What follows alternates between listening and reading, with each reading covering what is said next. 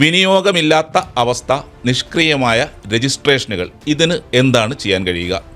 Registration പുതുക്കാൻ ആഗ്രഹിക്കുന്ന സംഘടനകൾ മുൻപത്തെ 2 വർഷത്തിനിടയിൽ കുറഞ്ഞത് 10 ലക്ഷം രൂപയുടെ വിദേശ സംഭാവനയെങ്കിലും വിനിയോഗിച്ചതായി തെളിയിക്കേണ്ടതുണ്ട്. ഒരു സജീവ FCRA രജിസ്ട്രേഷൻ എന്നത് വിദേശ ഫണ്ട് ഉപയോഗിച്ച് യഥാർത്ഥത്തിൽ പ്രവർത്തിക്കുന്ന സംഘടനകളുടേതായിരിക്കണം. അല്ലാതെ അനിശ്ചിതമായി ലഭ്യമാകുന്ന ഒരു നിഷ്ക്രിയ ആസ്തിയായി മാറരുത് എന്ന് ഉറപ്പാക്കുകയാണ് ഈ ഭേദഗതിയുടെ ലക്ഷ്യം.